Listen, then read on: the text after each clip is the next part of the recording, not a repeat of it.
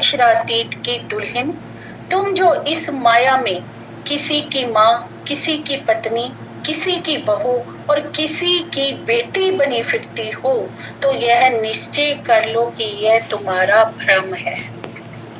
ये बहुत ही इम्पोर्टेंट बात है सुंदर साथ जी, बहुत ही गहरी बात है। सारी बातों का रहस्य इस बात में आ जाता है कि जब हम परम धाम में थे, धनी के सन्मुख थे, तो हम क्या थे? धनी की अर्धांगनियां थी, धनी की आत्माएं थी।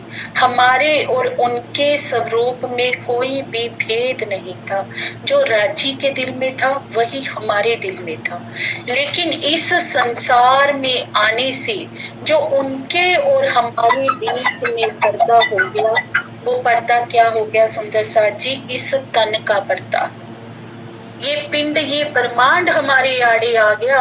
ये पिंड के आड़े आने से हम क्या समझने लगे कि मैं क्या हूँ? मैं ये तन हूँ। इस तन के नाम को हमने अपनी पहचान बना लिया कि मैं ये हूँ, मैं अमुक हूँ, मैं अमुक हूँ, मैं किसी की बेटी हूँ, मैं किसी की बहू हूँ, किसी की पत्नी हूँ, किसी की माँ हूँ। तो इन नातों से जैसे ही हम बंध गए तो हमारा मूल का नाता हमसे छूट गया। ये खेल की कहानी है। और जब हम इन नातों से छूट जाएंगे तो मूल के नाते से जुड़ जाएंगे, तो मूल का संबंध उजागर हो जाएगा। ये बहुत ही गहरी बात है पहले हरफ की सुंदर साथ जी, कि हमें किन भावों में जीना है कि ये संसार क्या है? नश्वर है। ये संसार एक खेल है और मैं इस खेल को देखने आई हूँ, खेल का हिस्सा नहीं हूँ। हमने अपने आप को खेल का हिस्सा बना लिया है। हम क्या कह रहे हैं? मैं किसी की माँ हूँ, बेटी हूँ, पत्नी हूँ, पर असल में तो हम क्या हैं? हम तो आत्म स्वरूप हैं, अक्षरातीत की अर्धांगनियां हैं, उनकी अंग स्वरूपा हैं। हमें उन भावों में जीना है सुंदर सा जी। महाराज जी का निर्देशन क्या है कि सबसे पहले ये बात तुम भूल जाओ कि तुम किसी की बेटी हो, बहू हो, पत्नी हो। तुम ये सब नहीं हो। तुम तो सुरता से इस खेल को देखने आई हो, मात्र दृष्टा हो, अक्षरातीत की अर्धांगिनी हो, उसी से तुम्हारा संबंध है। इन भावों में हमें जीना है सुंदर सा जी। ये सबसे पहला सार तत्व है। तुम ना किसी की बहू हो और ना ही किसी की बिटिया हो, ना ही किसी की माँ हो और ना ही किसी की पत्नी हो। कि हमें कौन सा भाव लेना है कि मैं इन सब से परे हूँ। ये तो मेरे तन के नाम है। ये तो नाटक की लीला में मुझे एक रोल मिला है। जैसे कोई फिल्म स्टार फिल्म बनाते हैं तो क्या करते हैं? वो अलग अलग रोल प्ले करते हैं। किसी मूवी में वही हीरोइन जो होती है वो किसी की पत्नी होती है, किसी में वही किसी की माँ होती है, किसी में वही किसी की बेटी होती है।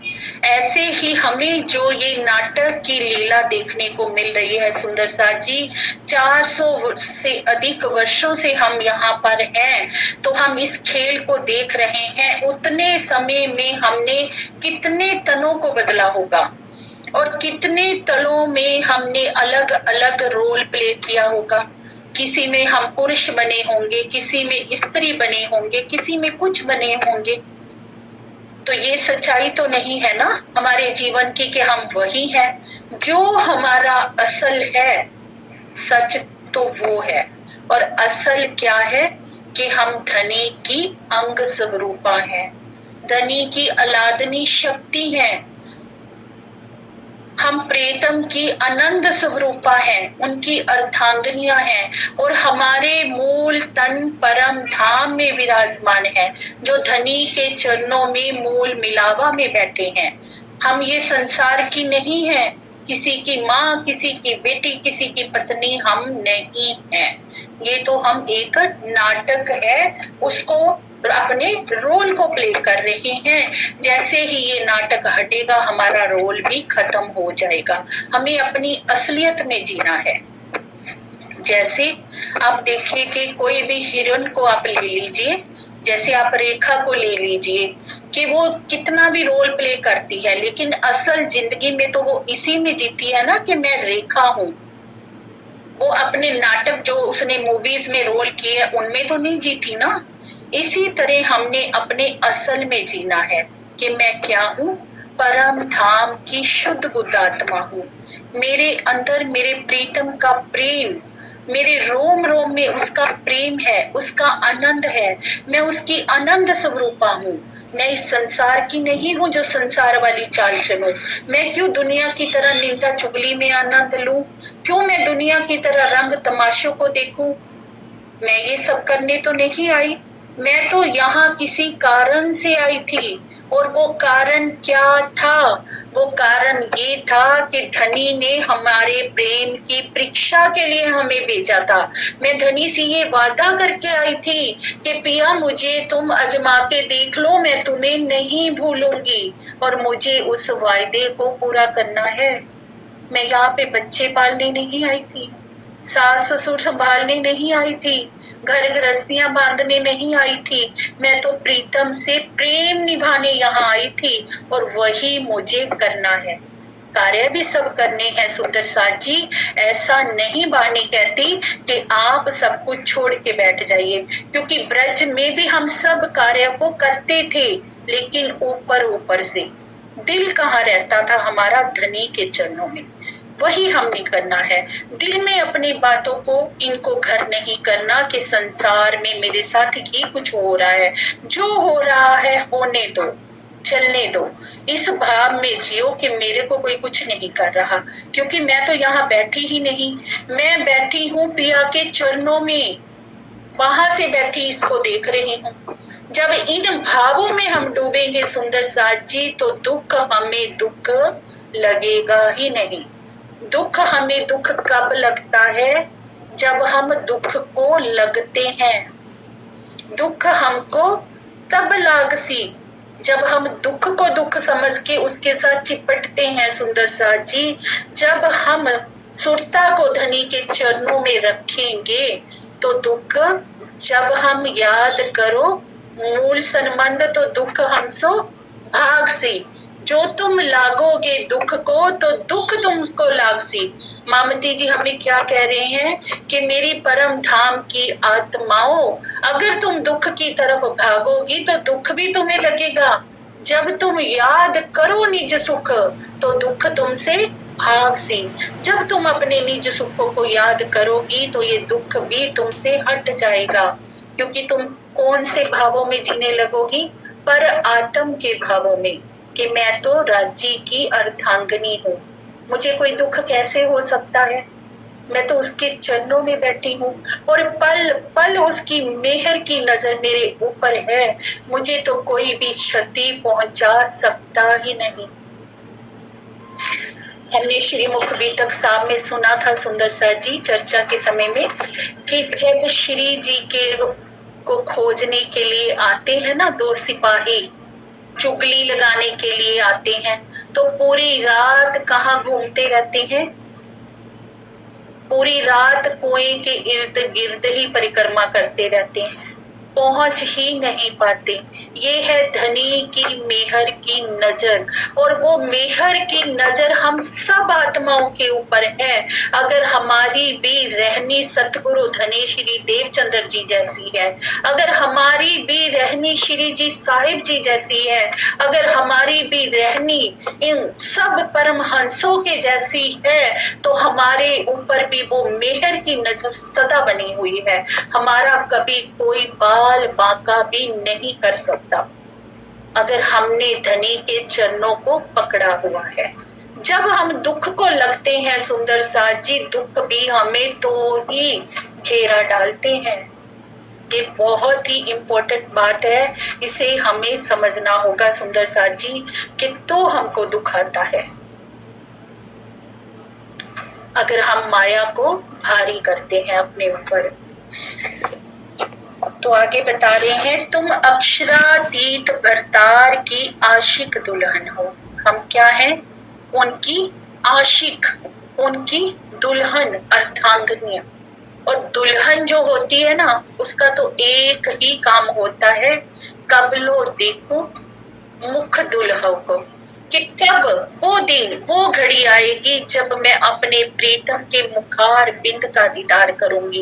एक नई नवेली दुल्हन जो हर समय अपने प्रीतम की राह देखती है, उसके दिल में एक ही उमंग भरी होती है, उसे किसी बात से कुछ लेना देना नहीं होता कि कब वो प्रीतम आएगा और मैं उसका नख से शिख तक दीदार करूंगी, उसके मीठे अमृतमयी वचनों को सुनूंगी, उसके इश्क के सागर में बिहार करूंगी। उन्हीं भावों में हमें जीना है सुंदर साथ जी, क्योंकि हम बैठे कहाँ हैं, धनी के चरणों में, हम उनकी अर्धांगनियां हैं। तुम उनके जीव की जीवन हो, प्राण प्यारी हो। कल हमने रास की चर्चा में सुना था सुंदर साथ जी, धनी ने हमें कहा था कि तुम मेरे जीवन के, मेरे जीव की जीवन हो, मेरी प्राण प्यारियां हो। ये बात महाराज जी हमें फिर से बता रहे हैं कि हम आत्माएं धनी के जीवन का आधार हैं। अगर वो हमारे जीवन का आधार है तो हम भी उनके जीवन का आधार हैं।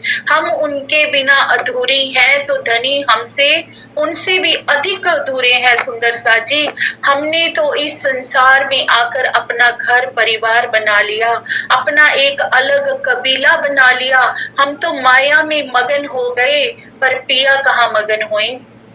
वो तो पल पल हमारी बाट देख रहे हैं, उनकी दृष्टि तो एक टक होकर हमारे ही ऊपर टिकी हुई है कि कब मेरी आत्माएं उठेंगी, कब मेरी ओर देखेंगी, कब कहेंगी कि पिया मुझे दीदार दो, मुझे सिर्फ तू चाहिए। अभी तक तो ये कोई कुछ मांग रही है, कोई कुछ मांग रही है, कोई मुझे पाना ही नहीं चाहती, कोई मुझे देखना ही नहीं चाहती, कोई मेरे लिए सब कुछ लुटाना ही नहीं चाहती। तो पिया का दर्द हमसे कहीं गुना बड़ा है सुंदर साथ जी। उन्होंने अपना कोई घर कबीला नहीं बनाया है, उनका घर तो हमारा दिल है, वो तो हमारे दिल में ही बैठे हैं अपना घर करके।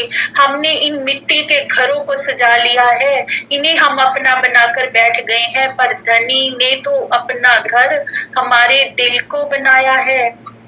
क्या कह दिया श्री मुखवाणी में, ऊपर तले अर्श ना कहिया, अर्श कहिया मोमिन कलूब।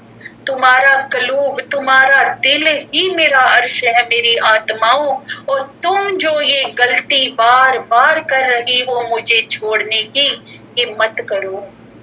यही तुम्हारा सबसे बड़ा अपराध हो रहा है कि तुमने इस संसार को पकड़ रखा है। यही हमारे और धनी के बीच में पर्दा बना हुआ है, यही जालिम संसार दो प्रेमियों के बीच में आ गया है सुंदर साथ जी। इसी ने दूरी कर दी है हमारे धनी से हमारी। और जब इन बातों से, इन चीजों से हम परे हो जाएंगे तो धनी हमारे दिल में मुस्कुराते हुए हमें नजर आ जाएंगे, क्योंकि वो कहीं दूर नहीं है। ये एक एक हर्फ का सार तत्व है सुंदर साथ जी, और मैं चाहती हूँ कि इसको धीरे धीरे ही हम जितना करेंगे उतना